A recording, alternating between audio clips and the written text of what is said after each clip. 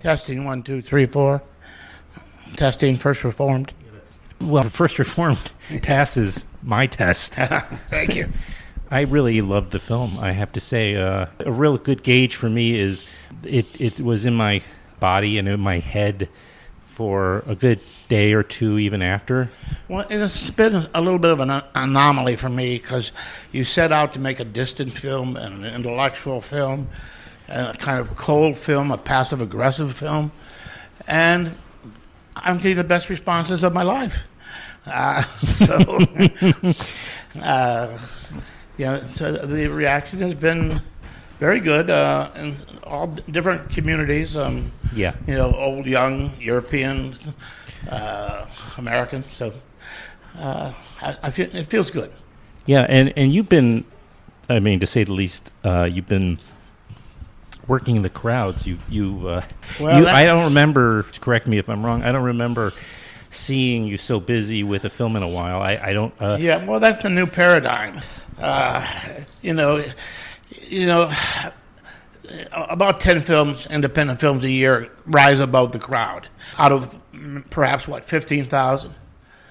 So how do you get up there beside making a good film? Well, endurance. So A24, which is where we're sitting right now, bought this film in September out of Toronto. Mm-hmm, mm-hmm. After South by Southwest in March, they decided to give it a release.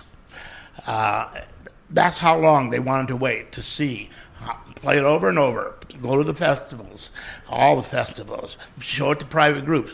And if it's still, 6 months later, if it still has momentum, then maybe that's when we lay our money on, we take a shot with it.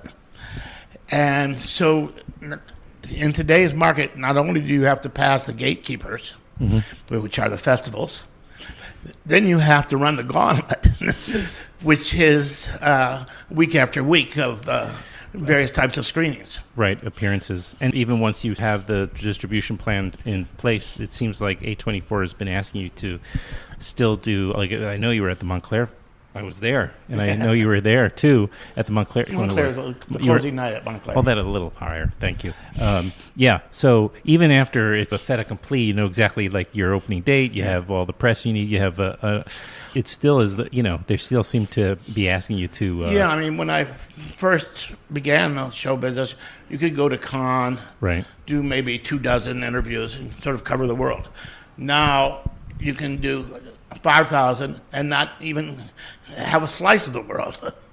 It's just because, there's so much media outlets. And it is exhausting. And I remember I had dinner with Greta Gerwig and Noah shortly before, before she started. And I said, "Are you ready? Do you know what's going to happen to you now?" And it's exhausting, particularly for her when you're running through. You start at Labor Day and you run all the way through Oscars. Right, and your label mates or distribution company mates with Greta. Yeah. Before you mentioned this was passive-aggressive. Is that the term you used? Passive-aggressive? Yeah. I know that you talk about making a different kinds of film. This is a film where you're requiring the audience. It's a quiet film. I think that's the way you would describe it. It's requiring more of the audience. It's requiring people to lean in. By passive-aggressive, most films are just aggressive. They come at you with everything they've got. Pretty girls and loud music and fast cars, and they're trying to keep you entertained every millisecond of the way, and they're playing music all the time to tell you how they feel. Well, but the other kind of aggressive goes the other way, and that's passive-aggressive, which is you keep leaning away from the viewer and encouraging the viewer to come to you. Now, that is a very tricky dance, and it's very tricky to pull off. I've referred to it as the scalpel of boredom. The scalpel of boredom. Which is a very tricky instrument. How to use that scalpel precisely. Because if you make a mistake, you have just plain old boredom. Yeah. Here's I guess what I'm trying to figure out. I saw a lot of your speeches and your master class, and I was watching these appearances where you're talking about making films that were almost trying to keep up with today's audience, and about how audiences watch films today and absorb films. And then you went and made something that seemed to be passive aggressive. Yeah. Instead of, let's say, something closer to dog eat dog, you made... Yeah, I mean, the mantra on dog eat dog is we have Final Cut, we can do whatever we want. There's only one thing that's prohibited, and that's to be boring. Now, I use the freedom of the Final Cut to flip that formula on its head. And now say, I now have the freedom to be boring. Now, how will I use this freedom? Yes. Well, did you have it again for First Reformed?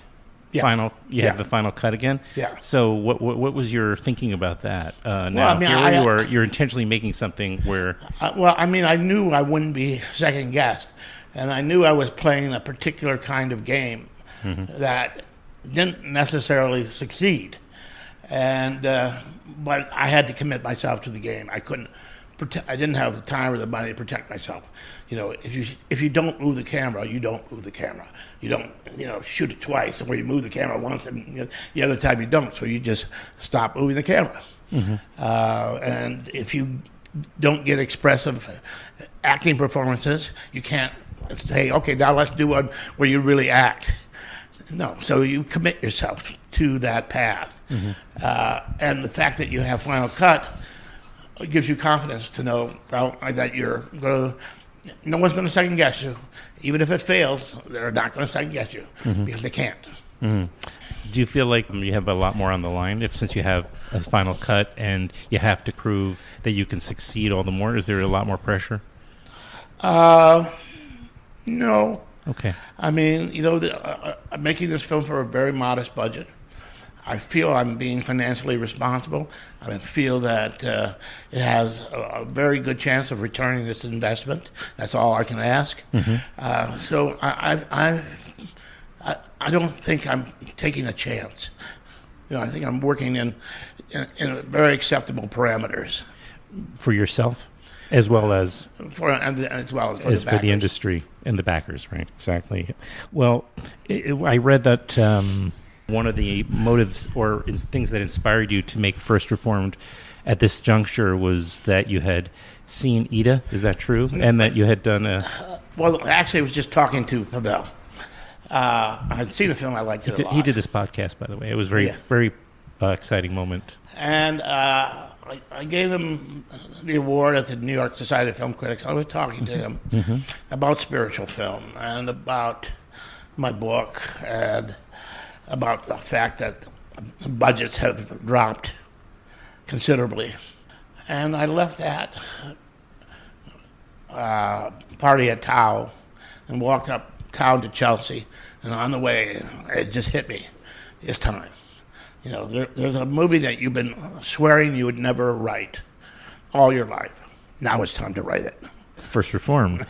Well, but you did make other films that were dealing with similar angst, as the word I think. Yeah, but I've never worked in this passive way. I never worked in a still form. I love moving the camera. And believe me, it's a lot harder not to move the camera than it is to move the camera. And I've always had very active music. Right. Not here. Yeah. So I had never really worked in this style before. Is this as personal a film as you've made, do you think? This character... I don't know how personal it is. I'm not I'm not a minister. And, well, you almost became one, or there was a moment there where you were grappling with that option. Yeah, I just realized I didn't like people enough. It's personal, but they're all personal in some way. Your points of contact. This one, of course, I didn't have to do any research. This world I knew. The text from the Bible and all of that. Sure. I knew all that stuff. You knew about the abundant life. Yeah. Pardon? You knew about an abundant life. No, not too much. My church was not the mega church evangelical type. Those churches are kind of entertainment based, as opposed to devotion based, which is my preference. When you say entertainment, are you just talking about that there's a theater to what the pastor is doing? Yeah, I mean, you got a crowd. It's like a football game. Everybody's standing up. Everybody is using the same gestures. It's about that buzz you get when you're in a group, sense of fullness. It's not about sitting by yourself in a quiet place, trying to come to terms with the holy. It's about, entertainment as holiness. Not accounting perhaps a ceremony that you were invited to. Do you remember the last time you were in a church? Sunday. I mean, I go. You do? Yeah. This is a very central component to your... Well, it's I didn't expect that answer. It is... I find it very useful to organize the week, to set aside an hour and a half on Sunday morning to just be quiet and sit there, listen to the music, It is...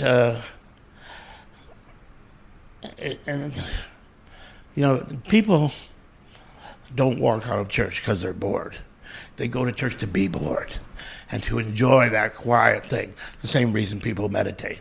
You can go to church on Sunday morning, or you can sit home and listen to a meditation tape, but it's the same principle. A lot of people, when they're seeing a therapist, quit as they're getting close to something that's disturbing to them, a reveal. A lot of people don't. They start getting very, very, very uncomfortable. I wonder if there's a similar experience in the church. I don't know. I mean, the church has many functions, and a lot of it is antithetical to spirituality, right? Because it's a financial operation. They have to have a budget. They have rules. They have dues. And all of a sudden it's starting to act like an institution rather than a community of believers. So there's always that dissonance. Which is definitely explored in First Reformed between the Abundant Life Church and the smaller Calvinist Church. Yeah. And in many of these churches, I'm not very comfortable because it feels like I'm at a sporting event or at a political rally or a Taylor Swift concert. Everybody standing, making the same gestures, wearing the same uniform. Go chop chop, go team. And I just find that now. I certainly don't begrudge people who find that fulfilling, but it's not my idea of holiness. I understand, yeah. In this, in First Reformed, which, by the way, folks, opens Friday, May 18th here in New York and in these cities. So it's Friday, New York and L.A., and then a week later, about 20 more cities. National. So there's, again, a familiar trope, not a trope, but a familiar component in it, which is the voiceover, the narration, which is used, which is done through Ethan Hawke's character, Ernst Toller. He keeps a journal. Yeah.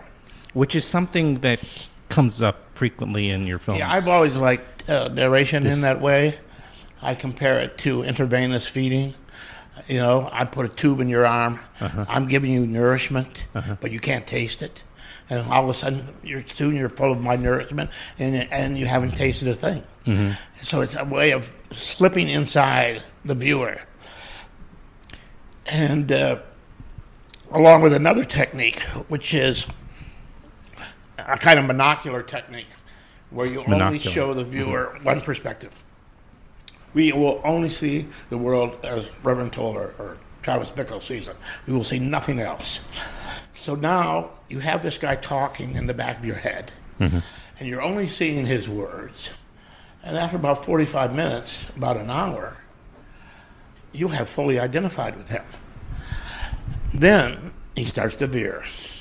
He starts to go off the rails. And there you go. Now you start saying, I'm identifying with someone that I don't think is worthy of my identification. How did I get to this place? Mm-hmm. My skull is cracking open here. Now, this is what I'm talking about. Now you got to leave because you're getting too close to the bone. All of a sudden, you're identifying very strongly, and you're feeling like you're in this person's. You've got their back. You're in there. You're feeling an empathetic sense for them, and then all of a sudden they're making these choices that make you very uncomfortable, as Ernst does at a certain point in the film. Yeah, and and that's one of the delightful things that you can do particularly in film, because it's so immersive. Because you can't put a film down. A book you stop and you have to turn a page.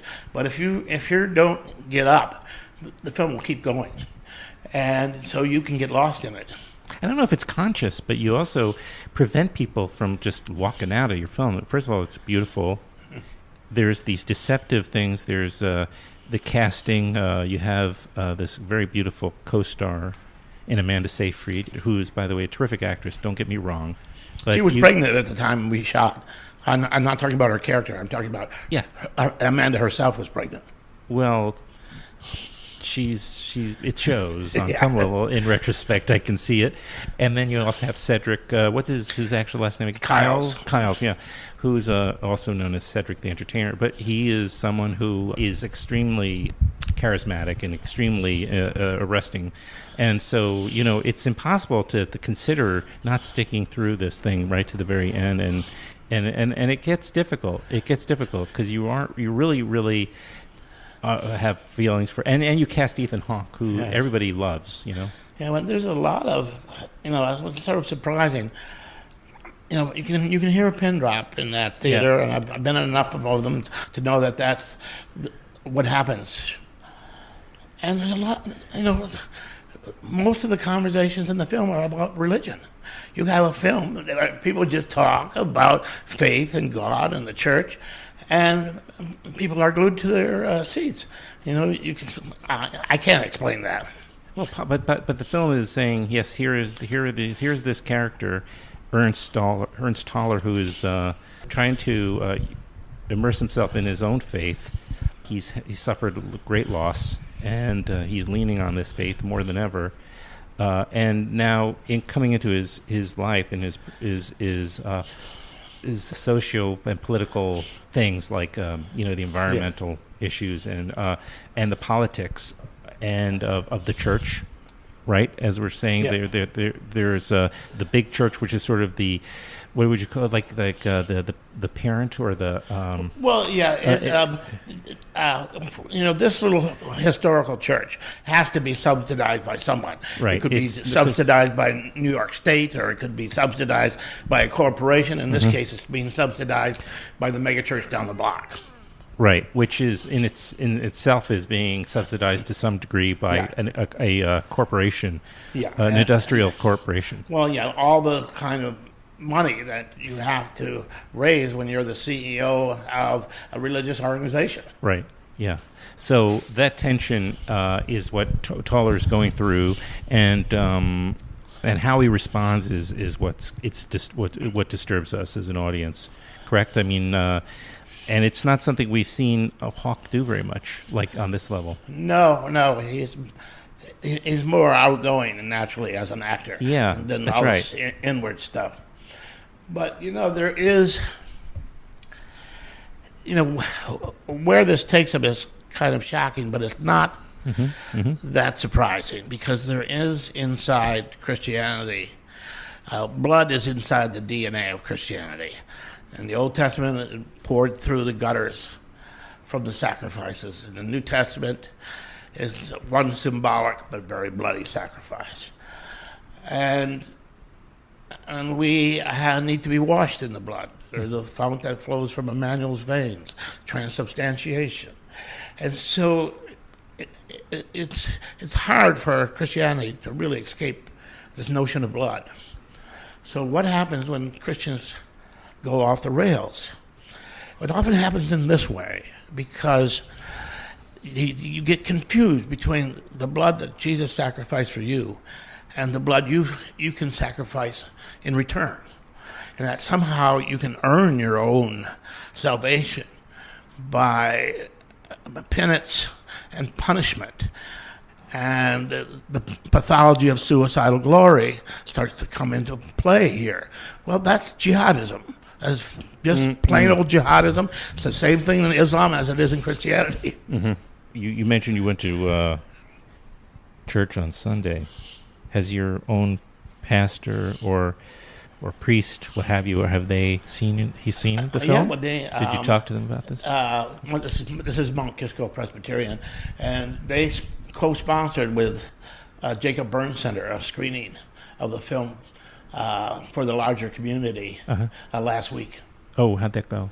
It went well. Yeah, you're kind of happy about that. Yeah. And then you obviously did a Q&A. Yeah, Q&A.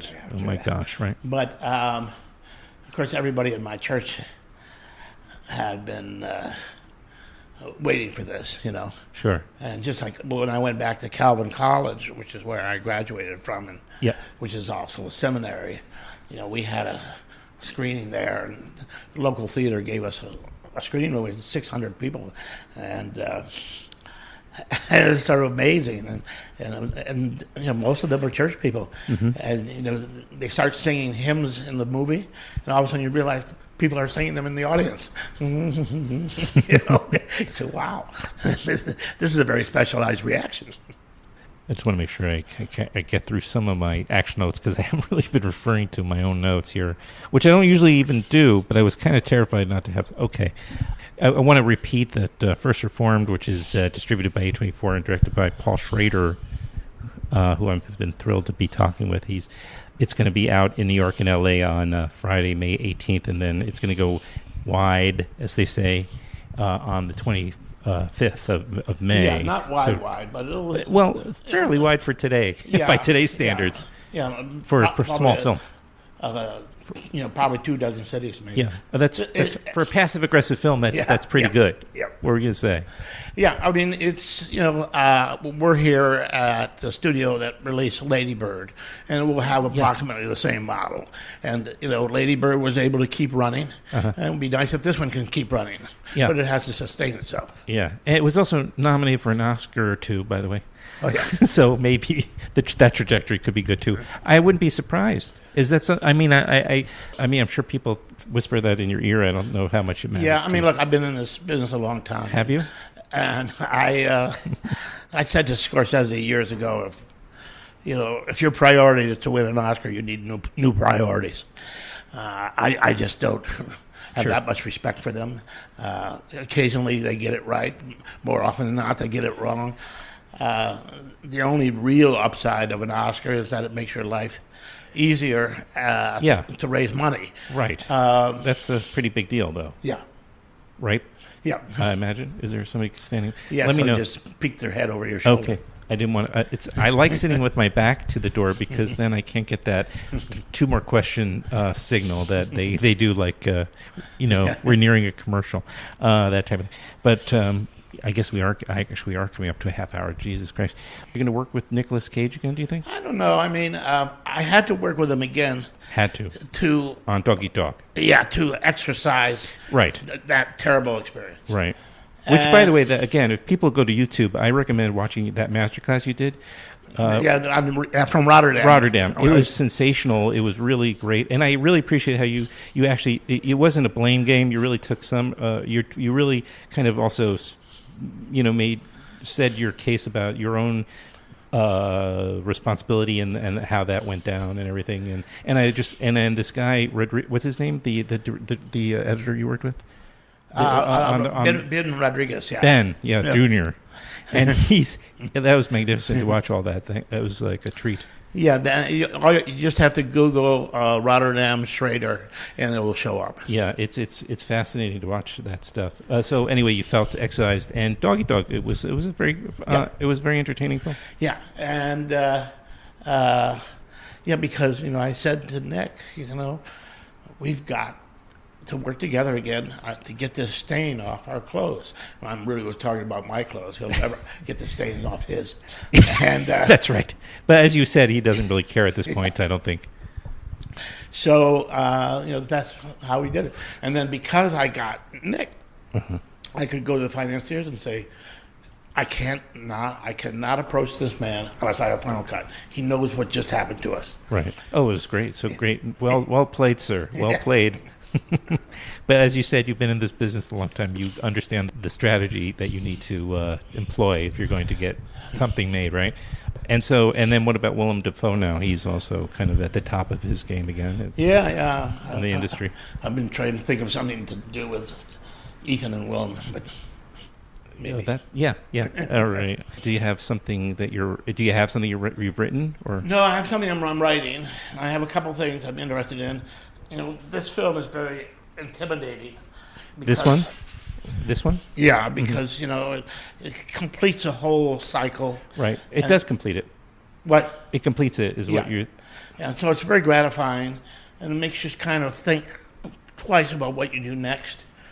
2 films ago, I thought I was going to end my career in a debacle and spend my life in resentment and remorse.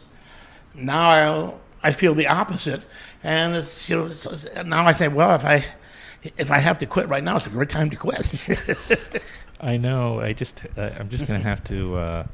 I understand the temptation, but as we're talking about temptation, yeah, I think it's a good springboard to continue. Because I mean, everybody's that I've talked to that's seen it, First Reformed is really responding to it on many levels. So, yeah, terrific.